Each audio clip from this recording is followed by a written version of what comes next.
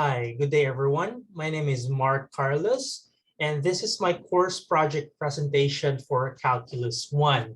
In this presentation, we are going to tackle 5 questions utilizing formulas in calculus. Now, let's start with question number 1. Okay, number 1, a missile fired ground level rises x meters vertically upwards in t seconds and x equals 50t minus 6.25t squared.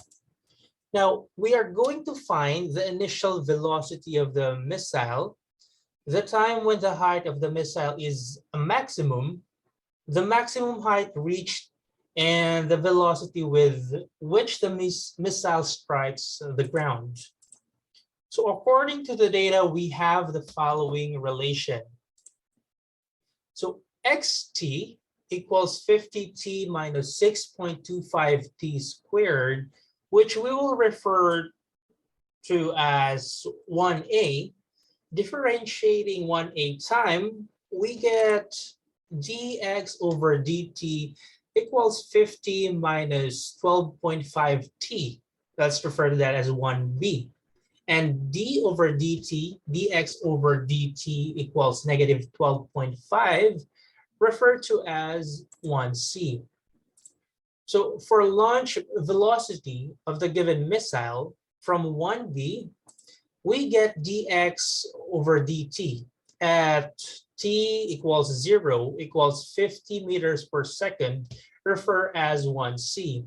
For the maximum value of x from 1b, we get dx over dt equals 0 equals 50 negative 12.5t, or t equals 50 over 12.5 equals 4 seconds, refer as 1e.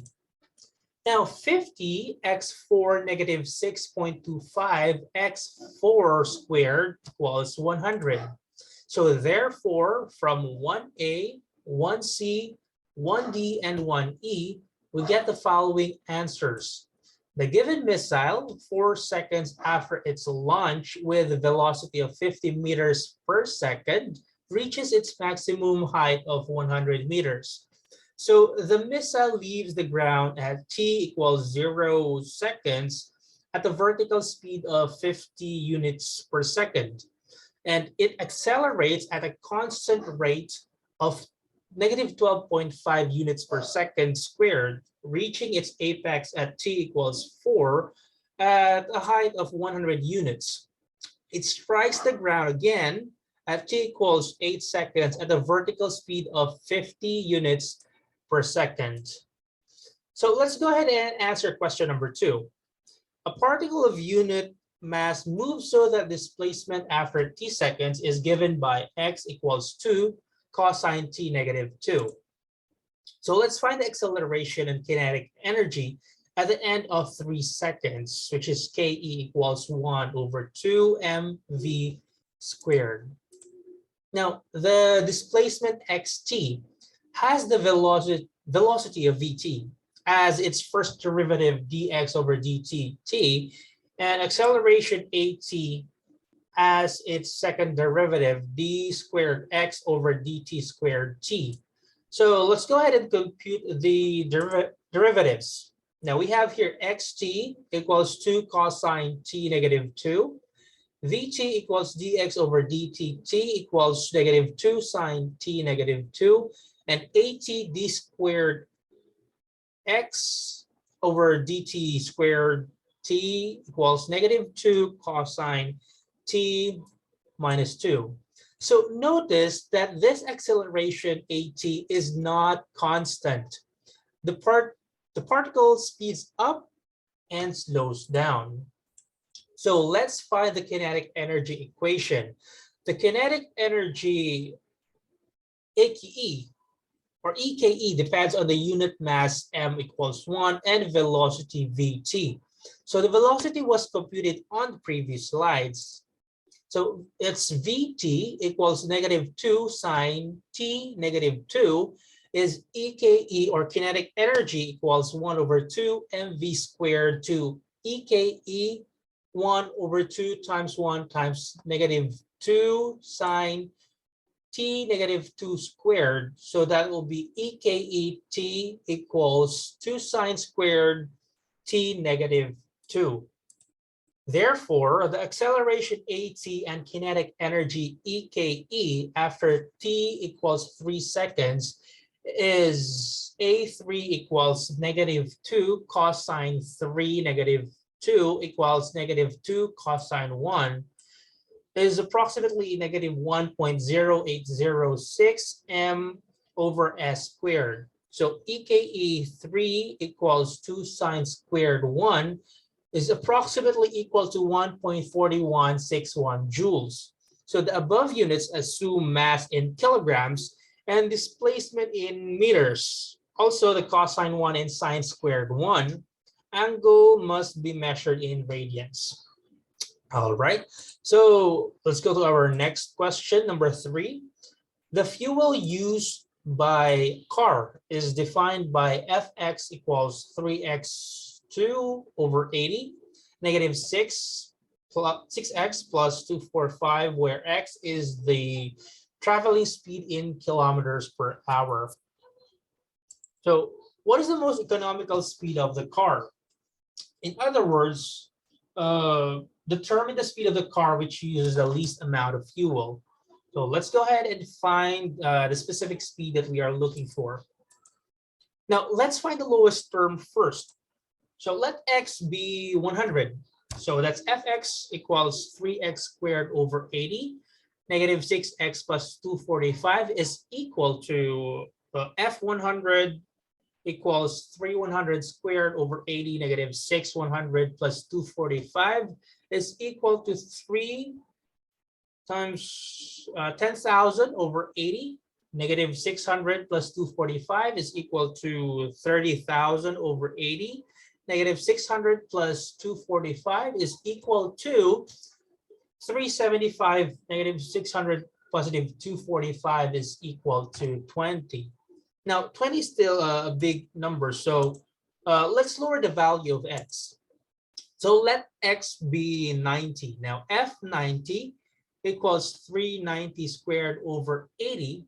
Negative 690 plus 245 is equal to 8,100 squared over 80 minus 540 plus 245 is equal to 24,300 over 80 minus 540 plus 245 is equal to 303.75 minus 540 plus 245 is equal to 8.75. Okay, so that's a low number. Well, let's find the lowest term possible. Now let x is equal to 80. So F80 equals 380 squared over 80 minus 680 plus 245 is equal to 6,400 squared over 80 minus 480 plus 245 is equal to 19,200 over 80 minus 480 plus 245 is equal to 240 minus 480 plus 245 is equal to 5. So that is the lowest term that we can get. Therefore, the most economical speed is 80 kilometers per hour. Now, to check if our answer is correct, let's go ahead and evaluate the equation. That's equals 3x squared over 80 minus 6x equals 6x over 80 negative 6. We'll just transfer the negative 6 to the other side, so it becomes a positive number. So that 6 equals 6x over 80. Now 6 times 80 equals 6x. That's 480 equals 6x.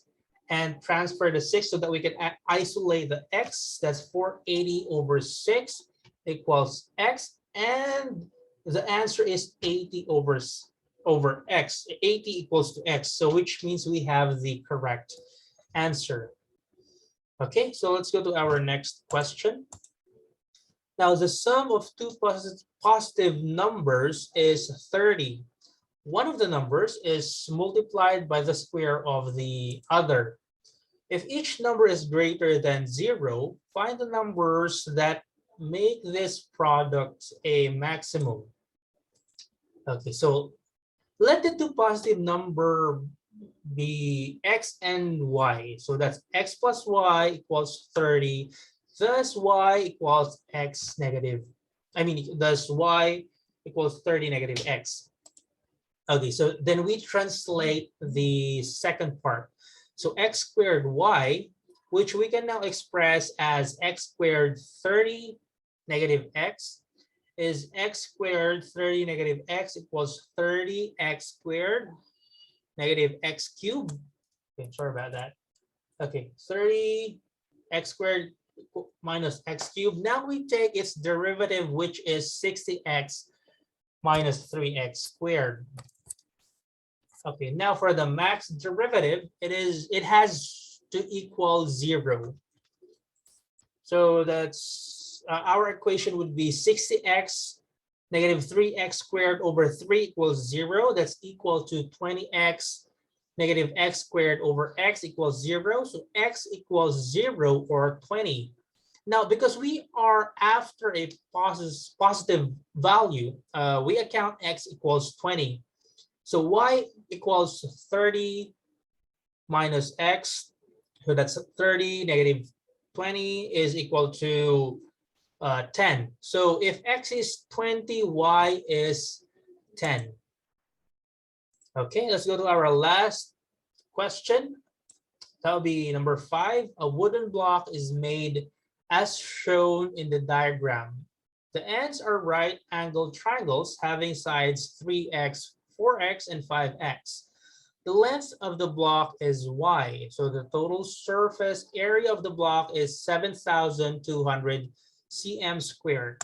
So let's find the length of each side. Okay, now this will be our formula. Area of each end equals base x perpendicular height over 2. So the givens are equals 3x, 4x over 2 is equal to 12x squared over 2 is equal to 6x squared. So the total area of ends is 2 multiplied by 6x squared is 12x squared. Okay, now the area of 3x side is 3xy, 4x side is 4xy, 5x side is 5xy.